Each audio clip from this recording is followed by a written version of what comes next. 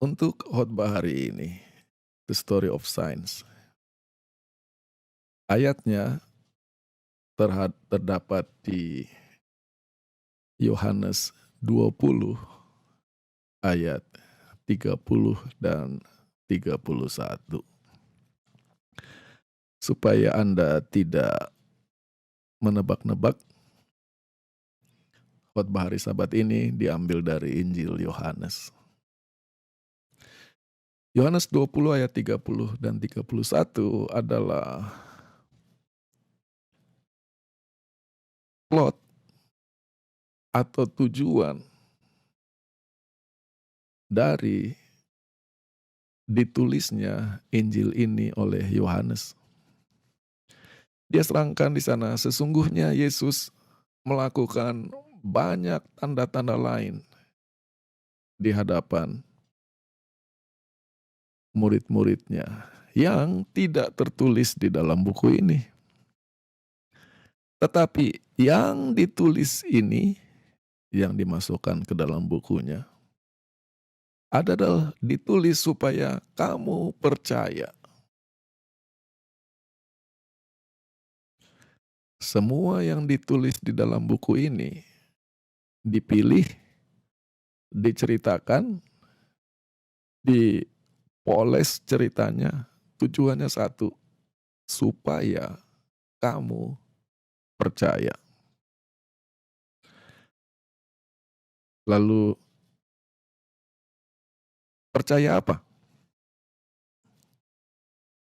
Di dalam Alkitab New King James Version dikatakan, supaya kamu percaya bahwa Yesus adalah Kristus, Anak Allah. Dan di dalam percaya, engkau bisa memperoleh hidup di dalam namanya. Kalau kalimat di tengah ini dari Yohanes 20 ayat 31 dibaca dari segi intensitas progressivity, jadi lebih intens, maka ayatnya bisa dibaca, supaya kamu percaya bahwa yang namanya Mesias, Anak Allah, adalah Yesus. Dan di dalam percaya, kamu bisa memperoleh hidup di dalam namanya.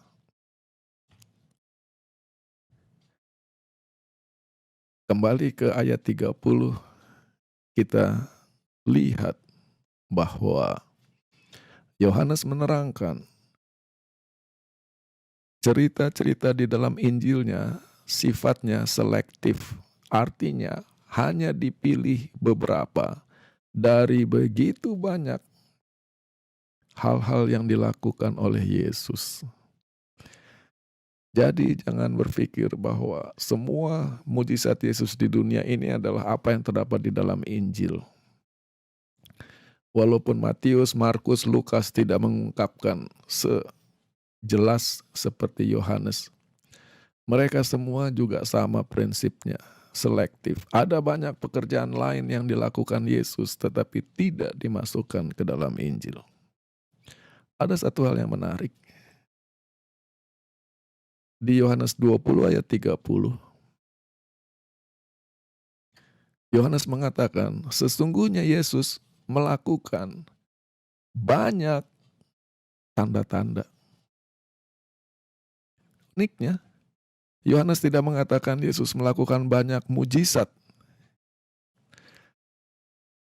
Dan secara spesifik, dia menggunakan istilah tanda yang dalam bahasa Grekanya semeia dalam bentuk jamak, semeion dalam bentuk tunggal, yang artinya adalah tanda. Satu hal yang banyak orang tidak sadari, di Alkitab tidak ada kata mujizat. Di Alkitab tidak ada kata miracle. ketika terjadi suatu mujizat atau miracle, istilah yang digunakan adalah salah satu dari 3 ini, tanda, semeion, atau perbuatan ajaib, yang mana menjelaskan efek dari apa yang terjadi kepada orang yang menyaksikannya atau mengalaminya, atau dunamis, pekerjaan besar, menggambarkan bahwa apa yang sedang terjadi itu adalah suatu kekuatan di luar atau melebihi kekuatan manusia. Dan ini jadi penting menunjukkan bahwa setiap mujizat adalah tanda. Jadi kalau orang fokusnya kepada mujizat, mereka hilang, mereka sesat karena fokus atau tujuan dari terjadinya satu mujizat adalah menunjuk kepada sesuatu yang lain. Dan ada satu bidang ilmu yang mempelajari tentang tanda. Seperti Anda telah lihat tadi, dalam bahasa Grekanya disebut semeion, kalau jamaknya semeia, maka belajar tentang tanda, itu disiplinnya namanya semiotics. Dari kata sign dalam bahasa Inggris, kita memiliki kata signifier, menunjukkan fungsi dari tanda. Fungsi dari tanda adalah menunjukkan kepada satu hal yang lain, bukan kepada dirinya. Nah, ketika seseorang melihat satu signifier atau satu tanda, maka terjadilah suatu aktivitas atau proses yang namanya signification. Mencari tahu tanda ini menunjuk kepada apa. Apa maksud dari tanda ini? Itu adalah kegiatan yang namanya signification.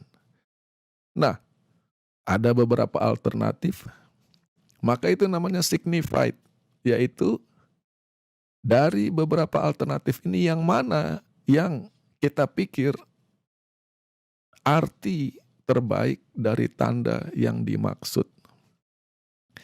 Setelah kita menemukan maksud dari tanda itu, atau apa yang hendak ditunjuk oleh tanda itu, maka semuanya menjadi signifikan. Bahasa Indonesia jadi penting. Signifikan. Kenapa? Bermakna, punya arti. Contohnya, kalau saya mau pergi ke rumah seorang teman di mana sudah lama sekali tidak bertemu, lalu dalam komunikasi yang terjadi, dia katakan, "Kalau ke rumah saya nanti kamu lihat, di depannya di pinggir jalan ada tukang tambal ban, nanti setelah itu ada gang masuk ke dalam." Nah, tiba-tiba bagi saya, tukang tambal ban itu jadi signifikan, jadi penting, jadi bermakna, karena bukan tukang tambal bannya yang saya perlukan. Saya tidak perlu dia, tetapi dia berfungsi penunjuk, penuntun kepada arah rumah teman yang saya mau cari. Kalau kita masih ingat, atau mungkin bukan kita, saya masih ingat, dulu untuk ke gereja di Ontario, ingat ada pom bensin Shell. Dari situ bisa lihat ada Monterey Avenue. Nah, sepanjang jalan ada beberapa pom bensin, kita lihat terus yang mana yang Shell, yang mana yang Shell. Tiba-tiba pom bensin jadi signifikan, tapi bagi orang lain pom bensin itu tidak perlu lagi, tidak ada maknanya buat mereka. Dan setelah saya tahu di mana gereja Ontario, saya sudah tidak perlu pom bensin Shell itu lagi di Hall Boulevard. Dari sign yang berfungsi sebagai signifier, tiba-tiba pom bensin Shell menjadi signifier untuk gereja Ontario. Signification, pom bensin yang mana, pom bensin yang mana. Melihat pom bensin kan ada beberapa kemungkinan, mau isi bensin, mau beli permen atau minuman karena biasanya tukang bensin juga pedagang, atau mau pompa ban, tapi dalam hal ini dari berbagai arti pom bensin itu menunjuk gereja Unistac yang berlokasi di Ontario. Signified ketika dipilih arti bukan untuk isi bensin waktu itu, bukan untuk beli makanan ringan atau minuman waktu itu, bukan untuk pompa ban, tetapi untuk cari gereja dan jadinya bermakna. Nah, proses signification itu adalah satu proses yang harus dijalani. Contohnya, ini ada gambar dua orang, pria dan wanita. Ini gambar apa? Oh, gambar orang berjalan, minimal dari postur tubuhnya. Lalu, kalau gambar orang berjalan, kenapa baik yang pria maupun wanita ada kotak? Kita bisa cerita segala macam, tetapi secara signifikan, gambar ini maksudnya satu, yaitu lokasi di mana signifier ini berdiri adalah tempat anak-anak sekolah menyeberang jalan menuju sekolah. Jadi ini adalah tanda khusus untuk anak-anak sekolah, murid-murid sekolah menyeberang. Tetapi kalau saya tidak kasih tahu itu dan orang yang tidak hidup di Amerika, mungkin bisa berbagai kesimpulan tentang the signification of this picture. Nah, ini ada huruf H dengan latar belakang biru dan hurufnya sendiri ditulis dengan warna putih. Ini bisa menunjuk segala objek yang dimulai dengan huruf H, hospital, hotel, atau bisa nama orang yang dimulai dengan huruf H. Tetapi makna dari signifier ini adalah rumah sakit. Jadi ketika orang mengemudikan kendaraan dalam perjalanan dan di pinggir jalan dia lihat tanda huruf H seperti ini, maknanya ada rumah sakit di dekat situ. Maka sekarang yang namanya tanda secara sifatnya selalu menunjuk kepada sesuatu yang lain. Jadi aneh kalau kita lihat tadi tanda anak menyeberang, kita cuma lihat-lihat tanda itu. Karena tanda itu berfungsinya cuma menunjuk. Habis itu yang kita perlu lihat bukan tanda itu, tapi hati-hati tentang anak-anak yang menyeberang dari waktu ke waktu. Huruf H itu berhenti fungsinya ketika kita tahu bahwa dia menunjuk kepada kepada rumah sakit. Jadi kalau orang terpaku kepada tanda, dia justru kehilangan makna dan arti dan fungsi dari tanda itu sendiri. Dan ini Apa yang terjadi dengan Tuhan Yesus, dengan mujizat-mujizatnya, dengan berkat-berkatnya. Semua itu adalah tanda untuk sesuatu yang lebih besar dan lebih penting. Jadi kalau dalam hidup kita, kita fokusnya kepada berkat Tuhan, kita hilang karena berkat itu hanya penunjuk kepada Tuhan di balik berkat itu. Kalau fokus kita hanya kepada mujizat, kita hilang karena fungsi mujizat itu adalah Tuhan di balik mujizat itu. Dan yang namanya tanda selalu lebih simpel, lebih kecil, lebih sederhana daripada apa yang mau ditunjukkan. Maka kalau kita saja sudah heran lihat mujizat, kita harusnya ingat, lebih mengherankan lagi Tuhan di balik mujizat itu. Kalau kita sudah bahagia dengan berkat, harusnya kita ingat, lebih bahagia lagi Tuhan, lebih membahagiakan lagi hubungan dengan Tuhan di balik berkat itu. Itulah sebabnya Yohanes pasal 2 ayat 11. Selesai cerita mujizat berubahnya air jadi anggur di pesta perkawinan di Kana. Yohanes menulis, "This beginning of signs Jesus did."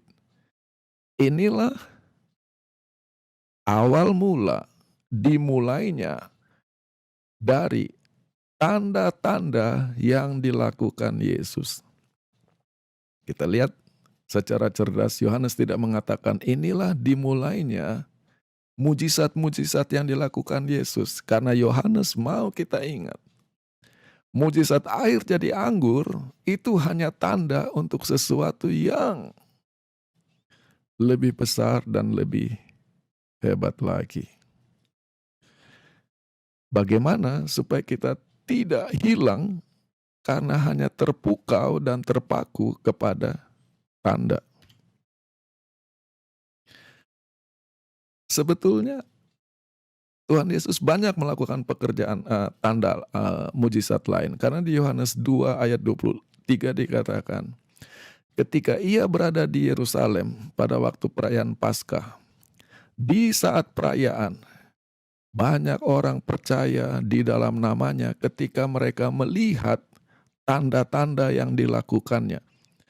Jadi setelah mujizat di Kana, Yesus pergi ke Ka'bah di Yerusalem, dia melakukan banyak tanda mujizat di sana, tetapi kita tidak tahu apa, tidak pernah diinformasikan. Selesai Yohanes pasal 2 di Yohanes 3, ada seorang Farisi, pemimpin orang Yahudi namanya Nikodemus, menemui Yesus dan dia mengakui, Rabi Yesus, kami, jadi menunjukkan bahwa dia bicara atas nama orang banyak, bukan hanya atas nama pribadi, tahu bahwa engkau adalah guru yang dikirim dari Allah. Karena tidak seorang pun bisa melakukan tanda-tanda itu, tanda-tanda ini seperti yang telah engkau lakukan kecuali ia disertai Tuhan, kecuali Tuhan menyertai dia. Jadi melihat apa yang dilakukan Yesus di Ka'bah, di Yerusalem pada perayaan Paskah, Nikodemus tertarik menemui Yesus. Jadi tanda itu menuntun kepada Yesus. Dan dia kagum kepada Yesus. Yesus katakan, kamu ketemu saya. Nanti dia tunjukkan kepada yang lebih hebat lagi, karena begitu besar kasih Allah akan dunia ini. Dikaruniakannya anaknya yang tunggal. Jadi dari satu tanda mujizat menunjuk kepada Yesus sebagai pribadi, Nikodemus datang kepada Yesus. Yesus katakan apa yang saya lakukan dan diri saya ini adalah suatu tanda untuk sesuatu hal yang lebih besar lagi, yaitu rencana dan ajaibnya pekerjaan penebusan. Karena banyak orang ketemu Yesus dan berhenti di Yesus, padahal Yesus harusnya menuntun pertemuan dengan Yesus, menuntun kepada penemuan yang lebih besar lagi. Sekarang kita baca cerita Yohanes pasal 2 tentang apa yang terjadi di Kana. Pada hari ketiga, ada pernikahan atau pesta pernikahan di Kana, Galilea. Dan ibu Yesus ada di sana. Sekarang, baik Yesus dan murid-muridnya diundang ke pesta pernikahan itu. Ketika mereka kehabisan anggur, bagi para pembaca Alkitab, sebagian membaca bahwa kata pada hari ketiga menunjuk kepada jangka waktu dari pesta pernikahan di Kana itu. Tidak seperti zaman kita hidup di mana resepsi pernikahan hanya berlangsung 2, 3, atau 4 jam dan selesai. Di zaman itu, pesta pernikahan itu berlangsung selama minimal 1 minggu. Karena orang datang dari tempat jauh dan sebagainya. Jadi tidak bisa, oh sudah selesai pernikahannya. Kemarin Bapak datang salah hari. Setiap orang selalu diterima. Nah sekarang pestanya hari pertama, hari kedua, hari ketiga anggurnya habis. Kita bisa bandingkan kondisi ekonomi dari sang pengantin dengan Raja Ahasweros di buku Ester. Dikatakan di ayat 3, Ester pasal 1. Pada tahun ketiga pemerintahannya, Raja membuat pesta bagi para pejabatnya dan bagi para pegawainya. Di ayat 4 dikatakan, pesta itu berlangsung selama 180 hari. Dan tidak ada ayat yang mengatakan mereka kehabisan makanan, mereka kehabisan minuman. Bayangkan betapa kaya rajanya, Raja Ahasweros bikin pesta 180 hari, tidak pernah kekurangan. Sementara yang di Kana ini, pesta yang harusnya 1 minggu, baru 2 hari, hari ketiga, anggur sudah habis.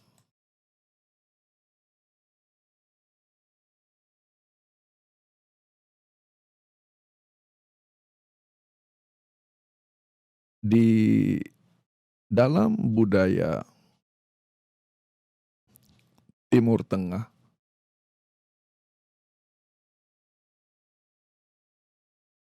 keluarga mempelai laki-laki bertanggung jawab untuk menyelenggarakan pesta. Kenapa? Karena pemikirannya sederhana.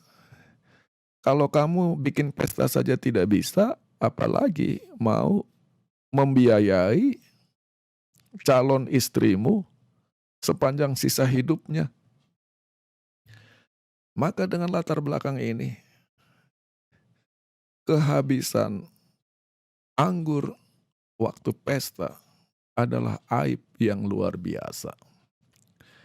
Yang pertama, sangat memalukan bagi keluarga mempelai laki-laki bahwa mereka tidak bisa bertanggung jawab kepada perempuan yang mereka lamar.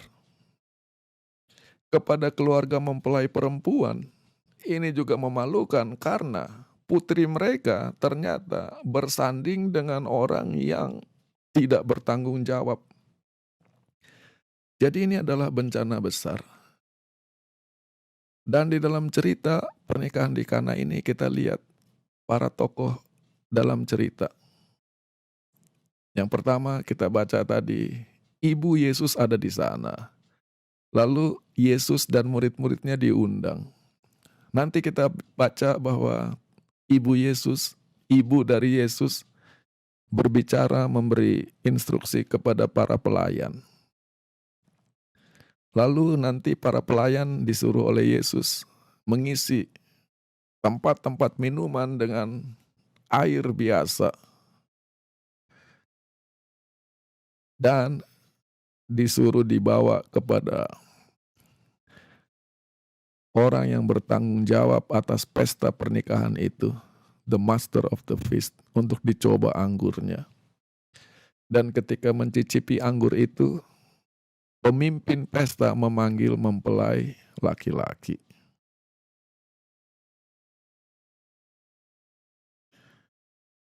Ketika mereka kehabisan anggur, ibu dari Yesus berkata kepadanya, mereka kehabisan anggur.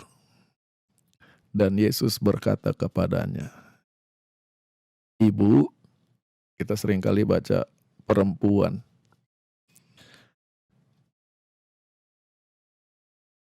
"apakah urusan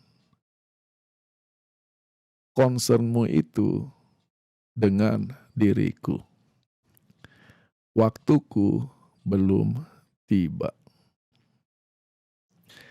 Dialog antara Yesus dengan ibunya di Yohanes 2 ayat 3 dan 4 seringkali menimbulkan berbagai interpretasi bagaimana sikap Yesus kepada ibunya. Kenapa kata-katanya demikian?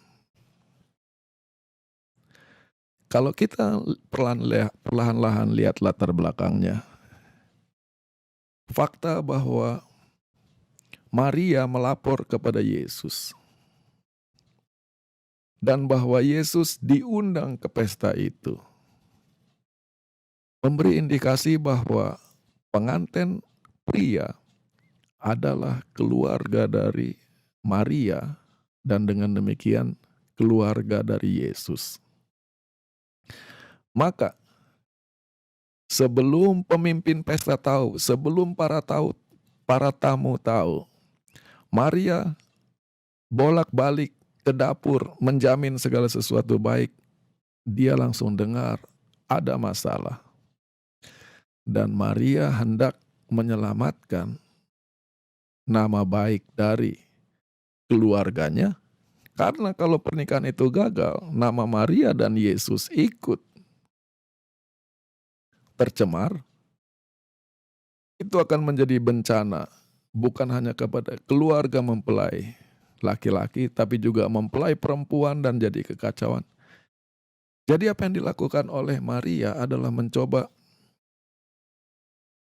menolong,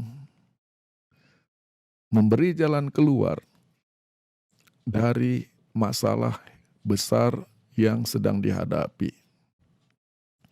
Dan di dalam masyarakat Asia dan Afrika, prinsip honor and shame, bahasa Indonesianya tidak ada, membanggakan atau memalukan, nama baik atau nama buruk, itu adalah ukuran tertinggi dalam hidup, lebih daripada jahat atau baik, benar atau salah, malu atau tidak. Itulah sebabnya kalau ada anak nakal di sekolah, orang tuanya tidak katakan itu salah, orang tua katakan bikin malu. Kalau ada anak gagal ujian, orang tuanya tidak katakan belajar lebih banyak, orang tuanya katakan bikin malu. Jadi memalukan atau membanggakan itulah alam berpikir yang tertinggi. Dalam konteks ini, Maria bertindak menyelamatkan seluruh suasana dari hal yang memalukan yang kelihatannya tidak terhindarkan lagi. Pesta baru 2 hari, anggur sudah habis padahal masih ada 5 hari ke depan. Nah, bahwa dia datang kepada Yesus dan hanya berkata mereka tidak punya anggur. Itu adalah cara komunikasi seorang ibu dengan seorang anak laki-lakinya. di mana seorang ibu tidak perlu bicara panjang lebar kepada anak laki-lakinya. Dia hanya menyampaikan beban hatinya. Itulah sebabnya kata-kata ibunya sangat pendek, "Mereka tidak ada anggur." Anak laki-laki yang mengerti di balik itu, apa yang bisa dia bantu, apa yang dia bisa pikirkan, dan ikut concern atas apa yang terjadi. Tapi yang menarik, mendengar kata-kata Maria, Yesus menjawab, "Ibu, apakah urusan dari concernmu itu terhadap diriku?" Kita hanya bisa memahami ini jika kita ingat di Lukas pasal 2. Ketika Yesus berumur 12 tahun, pertama kali ikut upacara di Ka'bah di Yerusalem. Dan dalam perjalanan pulang, orang tuanya kehilangan dia dan harus 3 hari baru menemukan dia di Ka'bah, sedang bertukar pikiran dengan para imam dan ahli Taurat. Ketika orang tuanya melihat dia, Lukas 2 ayat 48, mereka heran dan naluri keibuan dari ibunya membuat dia berkata, "Anakku, mengapa engkau melakukan hal ini kepada kami? Lihat, ayahmu dan aku sangat ketakutan mencari engkau." Gantinya minta maaf, gantinya merasa bersalah. Yesus menjawab, "Mengapa engkau mencari aku? Tidakkah engkau tahu bahwa aku harus berada di dalam pekerjaan Bapakku?" Jadi 2 kali ibu dan anak bicara. Sang ibu selalu ekspresinya adalah ekspresi naluri keibuan seorang manusia. Jawaban Yesus selalu dari perspektif dia bukan hanya manusia seperti anak-anak lain. Dia itu berbeda. I am a sign. Saya tanda. Jangan sampai ibu lupa bahwa saya ini bukan sekedar anak ibu. Itu benar, tapi ada satu hal yang lebih besar lagi dari hal itu. Itulah sebabnya Yohanes 2 ayat 11 mengatakan, "Inilah permulaan dari tanda-tanda yang dilakukan Yesus di Kana Galilea." Apa yang dimaksud Yesus di Yohanes 2 ayat 4? "Apa urusan concernmu dengan diriku?" Artinya begini, ibu sebagai manusia normal dan itu sangat baik, ibu selalu mau melindungi nama baik keluarga. Ibu takut sekali kalau nama keluarga dipermalukan. Tapi nanti ibu lihat, saya akan mulai kerja. Saya akan dikucilkan, pemuka-pemuka agama akan mempersalahkan saya, ada orang yang akan berusaha membunuh saya.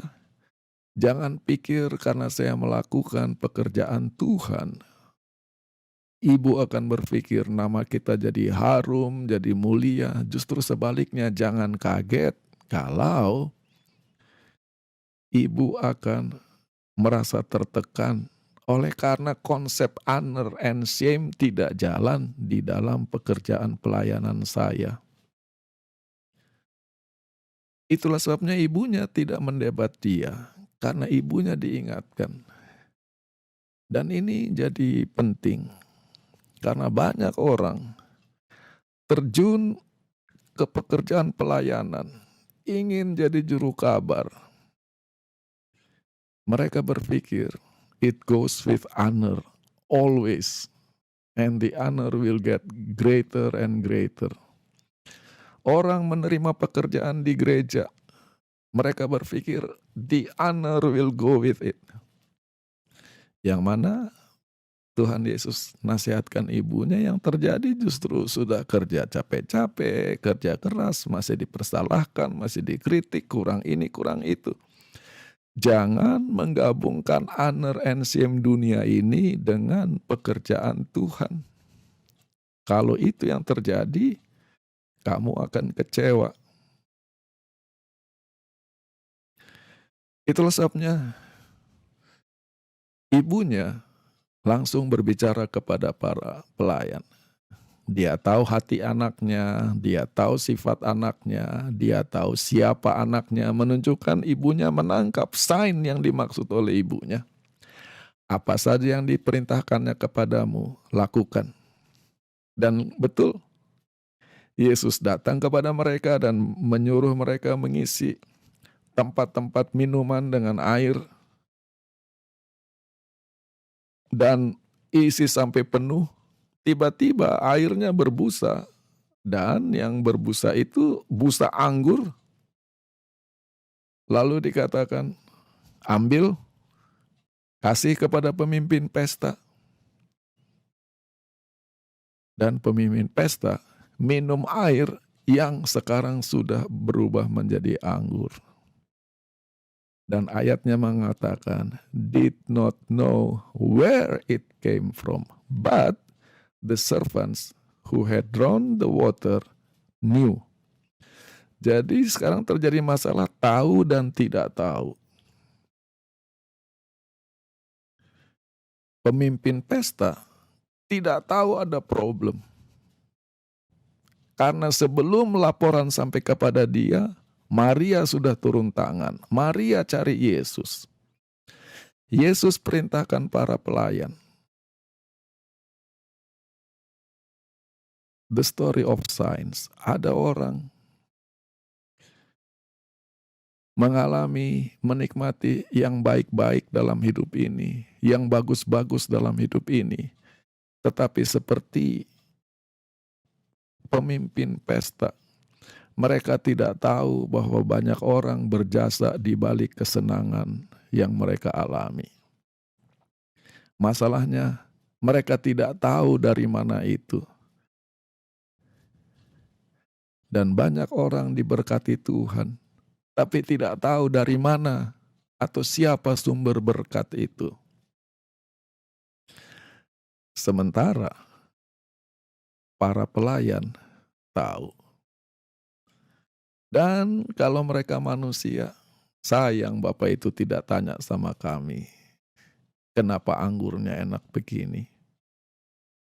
Ada cerita yang sangat bagus yang bisa kami ceritakan. Tapi karena tidak tahu, tidak berminat, orang itu tidak pernah sampai kepada realitas yang lebih hebat dan lebih besar di balik tanda air berubah jadi anggur.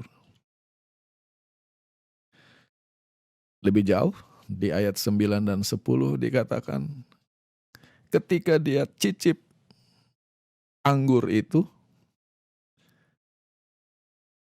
pemimpin pesta memanggil pengantin laki-laki.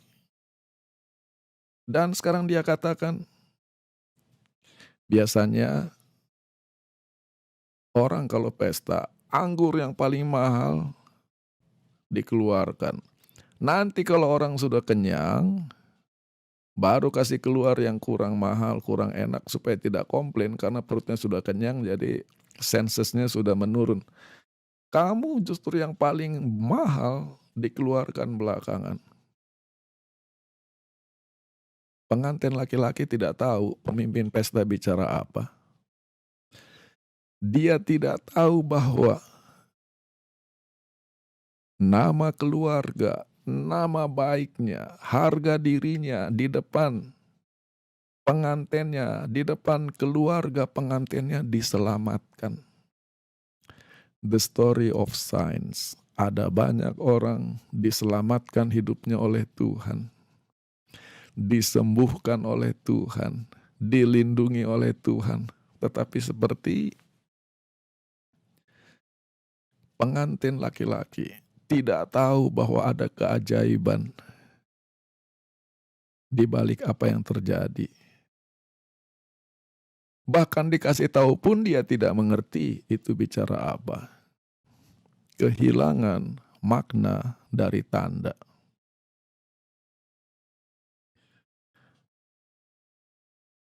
Kalau kita bandingkan ayat 9 dengan ayat 11, bahwa para hamba tahu karena mereka yang mengangkat air dan mereka lihat reaksi dari pemimpin pesta, air itu berubah jadi anggur. Tetapi di ayat 11 dikatakan, inilah permulaan dari tanda-tanda yang Yesus lakukan di Kana Galilea, di mana ia menunjukkan kemuliaannya dan murid-muridnya percaya kepadanya. Kalau murid-muridnya percaya, bagaimana dengan para pelayan? Murid-muridnya tahu ada mujizat. Pelayan-pelayan tahu ada mujizat. Kenapa hanya murid-muridnya yang percaya, pelayan-pelayan tidak?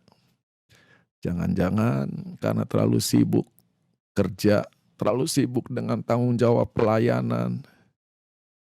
Mereka tidak punya waktu untuk mengerti, menyadari hal hebat yang baru saja terjadi. Maka the story of signs. Banyak orang melihat mengalami mujizat, tetapi karena terlalu sibuk dengan hidup, terlalu sibuk dengan kerja, terlalu sibuk dengan tanggung jawab, tidak punya waktu untuk merefleksi, mengucap syukur, memahami apa yang terjadi, datang kepada Tuhan dan percaya. Di Injil Yohanes, yang namanya mujizat itu cuma 7. Itulah sebabnya Yohanes 2 sampai Yohanes 11 disebut the book of signs. Nanti mulai pasal 12 sampai terakhir disebut the book of glory. Hanya 7 mujizat, merubah air jadi anggur, menyembuhkan anak laki-laki dari seorang pejabat Roma, menyembuhkan orang lumpuh, memberi makan 5.000 orang, berjalan di atas air, menyembuhkan orang yang lahir buta, dan klimaksnya adalah membangkitkan Lazarus. Dan semua mujizat ini oleh Yohanes disebut tanda, bukan mujizat. Dari situ kita punya istilah tanda mujizat. Dan kita kira tanda mujizat adalah mujizat. Lupa bahwa yang namanya tanda berbicara tentang sesuatu yang lebih penting dan lebih besar. Merubah air jadi anggur, itu tanda bahwa tidak cukup dalam hidup ini hanya makan dan minum. Kita perlu melihat siapa di balik makanan dan minuman, pemelihara kita, pelindung kita. Menyembuhkan anak seorang pejabat. Ingat, di balik pejabat ada raja segala raja, ada raja segala alam semesta. Jangan cuma berhenti terkagum-kagum dengan pejabat tertentu sampai mati-matian bela partai ini, partai itu. Yang saya mau kasih tunjuk, Yohanes bergerak lebih jauh lagi, lebih dalam lagi ketika dia bicara tentang tanda. Terutama tanda yang ketiga dan tanda yang keenam. Menyembuhkan orang lumpuh dan menyembuhkan orang yang buta dari lahir.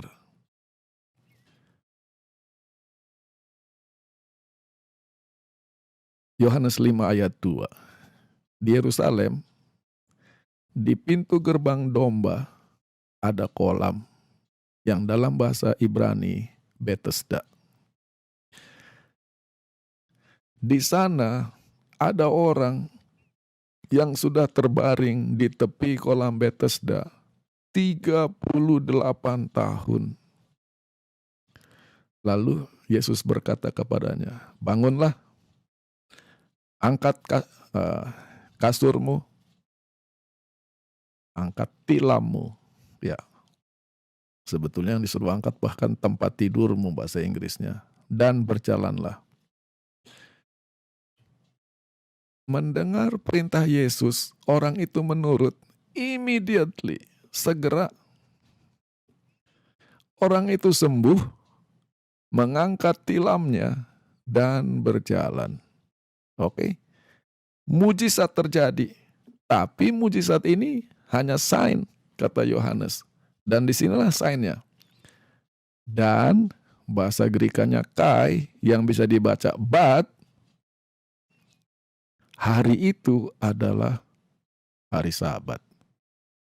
Mujizatnya hebat, tapi mujizat itu terjadi pada hari Sabat.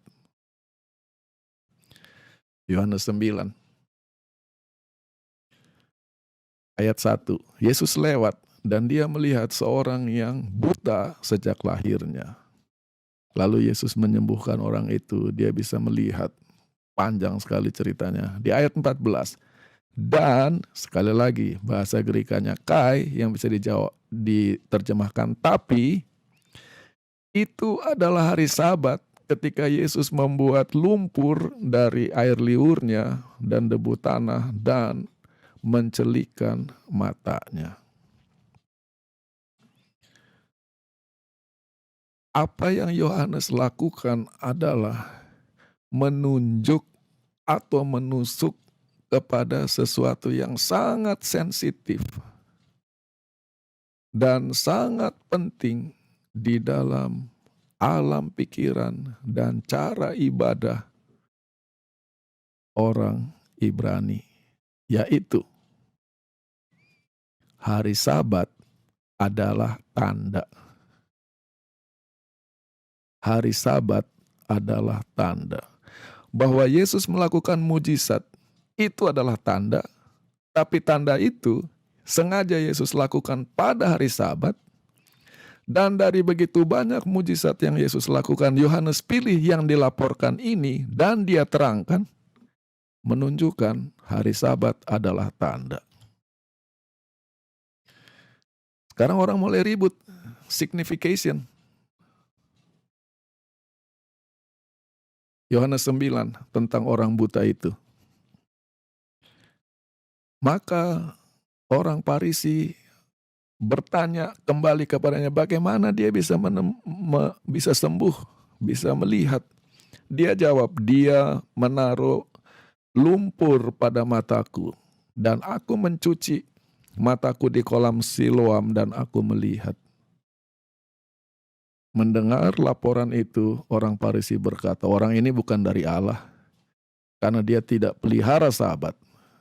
Yang lain mengatakan, bagaimana orang berdosa bisa melakukan tanda, sign seperti itu?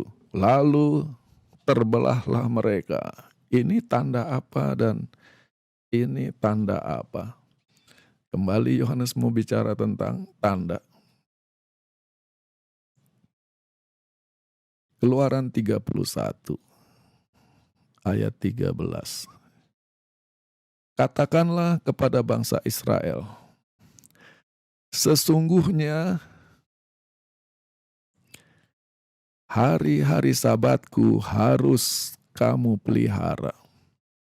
Karena itu adalah tanda antara aku dengan kamu dari satu generasi ke generasi yang berikutnya. Tanda apa? Bahwa aku adalah Tuhan Allahmu yang menguduskan engkau. Sekarang jadi penting. Huruf H dengan latar belakang biru ditulis dalam warna putih. Itu merupakan tanda untuk sesuatu yang lebih hebat, yang lebih besar. Kalau orang sakit, peluk-peluk huruf H ini tidak ada gunanya. Huruf H ini hanya menunjuk kepada satu sistem di balik huruf ini, yaitu fasilitas gedung, rumah sakit, suatu sistem pelayanan rumah sakit, ada dokter, ada perawat, ada apotek, ada laboratori, semua sistem itu berdiri di balik tanda H ini. Dan Yohanes mau melakukan satu hal. Kamu terlalu sibuk dengan hari Sabat, sampai kamu tidak tahu hari Sabat itu cuma tanda, kamu peluk-peluk seperti peluk-peluk huruf H, tetapi itu menunjuk kepada Tuhan. Dan secara spesifik di buku Keluaran Tuhan katakan, hari Sabat itu tanda. Tanda apa? Aku Tuhan yang menguduskan kamu. Nah, di sini jadi ramai oleh karena banyak orang terlalu sibuk dengan urusan menguduskan hari Sabat, tetapi tidak sampai kepada pengalaman dikuduskan oleh Tuhan. Karena berpikir menguduskan hari Sabat sudah berhenti di situ, padahal hari Sabat hanya tanda untuk suatu pengudusan yang lebih hebat lagi. Orang bisa ribut sampai pisah gereja, pecah gereja hanya tentang konsep bagaimana menguduskan hari Sabat. Lagu apa yang boleh di gereja, khotbah apa yang boleh di gereja, ributnya menguduskan hari Sabat. Padahal hari Sabat hanya tanda untuk Tuhan menguduskan manusianya. Jangan sampai kamu terpaku kepada tanda sampai kehilangan arti dan makna yang hendak ditunjukkan oleh tanda tersebut menurut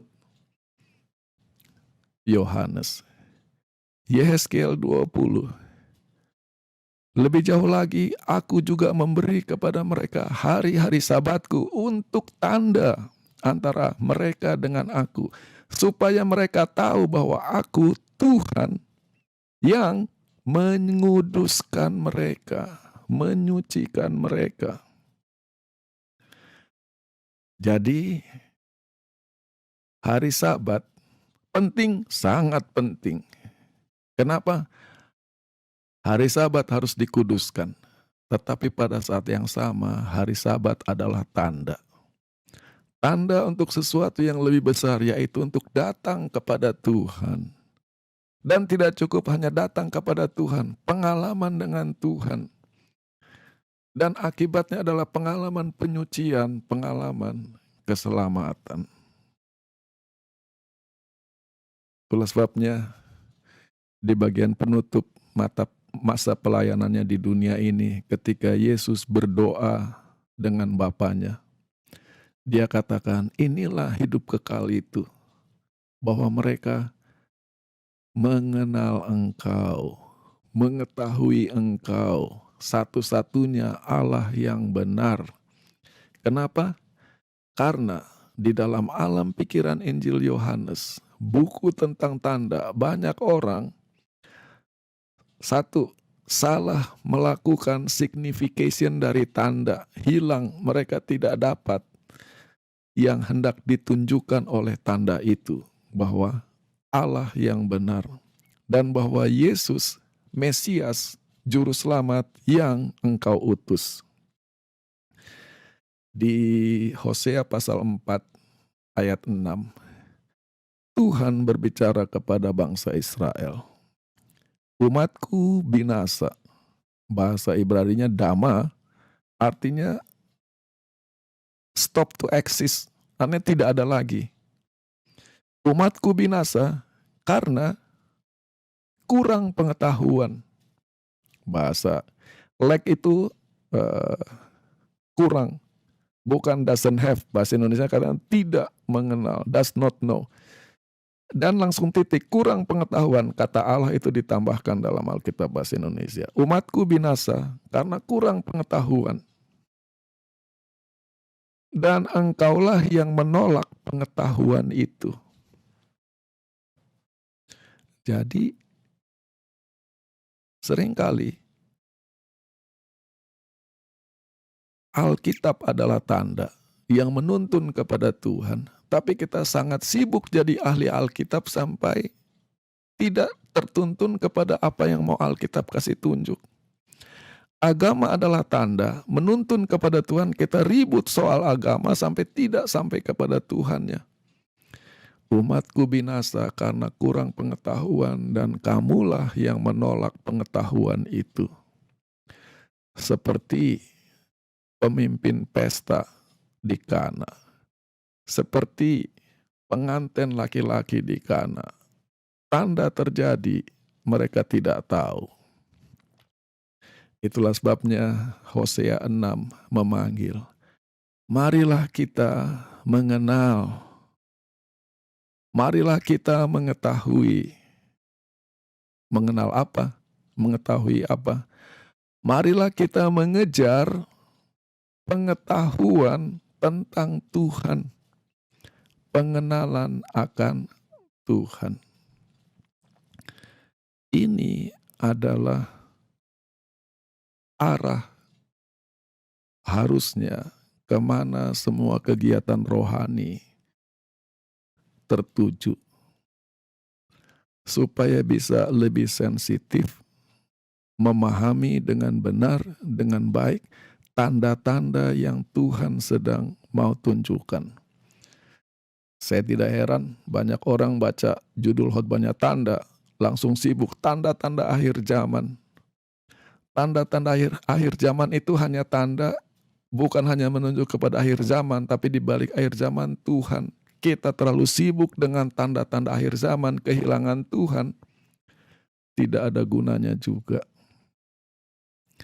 Kiranya firman ini jadi berkat bagi kita semua. Mari kita berdoa. Tuhan, terima kasih untuk ibadah pada hari Sabat ini. Kiranya firman yang kami baca, doa yang kami panjatkan, naik ke hadapan hadirat-Mu, bagaikan asap dupa yang mengharumkan tahta-Mu.